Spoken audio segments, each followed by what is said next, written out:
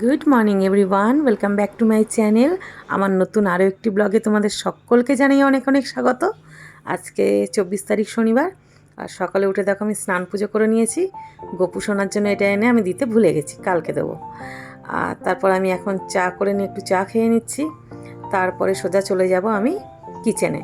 আর আমার মেয়ের আজকে স্যাটারডেতে স্কুল ছিল, স্কুলে চলে গেছে, ফলে তাড়াতাড়ি উঠে গেছি। এখন এই 8টা মতো বাজে। আর এই সবজিগুলো দিয়ে আজকে মানে রান্না করব। আর এই শশাটা দেখো পটলের মতো দেখতে, কি আর বলবো, সাইজটা কী ছিল। আর আমার চিনি সোনাকে এখন আমি খাইয়ে দেবো দই চিড়ে, ওকে খাইয়ে দিয়ে তারপরে আমি সোজা যাব রান্না করতে।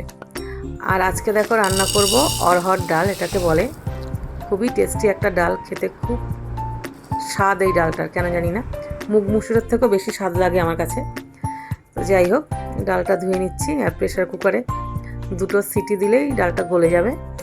কড়াইতে করার থেকে অনেকক্ষণ সময় চলে যাবে, তাই প্রেশারে আমি 2টো সিটি দিয়ে নেবো। ও দেখো 9:15 বাজে। আর এখন আমি ছাতুর শরবত করে নিচ্ছি, খেয়ে নিলেই সকালের ব্রেকফাস্টটাও হয়ে যাবে। রোজ রোজ কী খাবো ভেবে পাই না, তো যাই হোক ছাতু গোলাটাই অপশানে থাকে। আর এই দেখো আমি ডিটক্স ওয়াটারটা এখন বানিয়ে রাখছি। আজকে একটু অন্যরকম কিছু দিচ্ছি, শসা, পাতিলেবু, চিয়া সিড আর একটুখানি দারচিনি।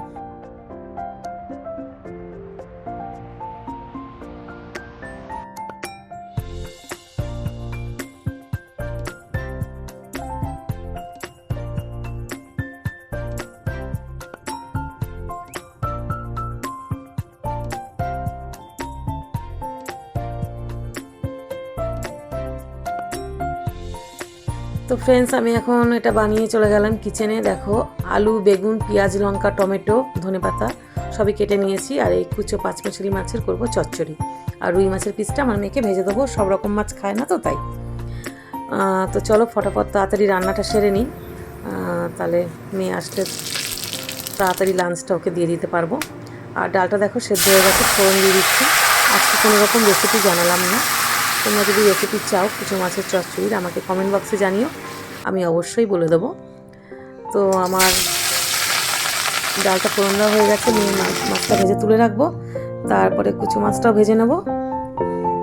একদম সিম্পল রেসিপি, খুবই টেস্টি হয় এই কুচো মাছের চচ্চড়িটা, আমরা মানে প্রচণ্ড খেতে ভালোবাসি। তো যাই হোক, রান্নাগুলো আমি এক এক করে সেরে নিচ্ছি। ওদিকে তোমাদের দাদাও অফিস চলে গেছে, আর আমার ছেলে এখনও ওঠেনি, তো এখন বেশি বাজেনি। আর চিনি রান্নাঘরের বাইরে শুয়ে শুয়ে আমার রান্না দেখছে। আর এই দেখো মাছের চচ্চড়িটা একদম রেডি। আর আমি দেখো এখন একটা কাজে যাচ্ছি বাইরে। আর আমাদের সোসাইটির গাছগুলো দেখো বর্ষাকালে বৃষ্টি হলে কত সুন্দর দেখতে লাগে, সবুজে সবুজ। আর এখান থেকে একটা পুকুরও দেখা যায়। তো ফ্রেন্ডস, আমি কাজ সেরে চলে এসেছি, এসে করতে বসেছি লাঞ্চ। তোমাদের দাদাও চলে এসছে, উচ্ছে আর আলু মাখাটাও মেখে দিচ্ছে। আর এই দেখো রেডি, লাঞ্চটা আমরা করে নেব। ফ্রেন্ডস, লাঞ্চ করে শুয়ে পড়েছিলাম, হয়ে গেছে সন্ধে। আর উঠে দেখি আমার মেয়ে বানাচ্ছে কী সব চাকলি টাকলি। আমি বুঝলাম না, আমার দেরি হয়ে গেছে, তাড়াতাড়ি বেরিয়ে যাচ্ছি।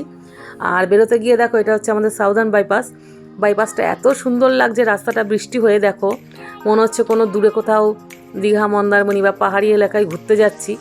এত সুন্দর ভিউ থাকা সত্ত্বেও আমরা দূরে দূরে ছুটে চলি। তো যাই হোক, তোমাদের সঙ্গে শেয়ার করলাম। ফেরার পথে একটা দোকানে গিয়েছিলাম, একটু কাজ ছিল। আর ভেবেছিলাম 2-4টে নাইটি কিনবো বাড়িতে পরার জন্য।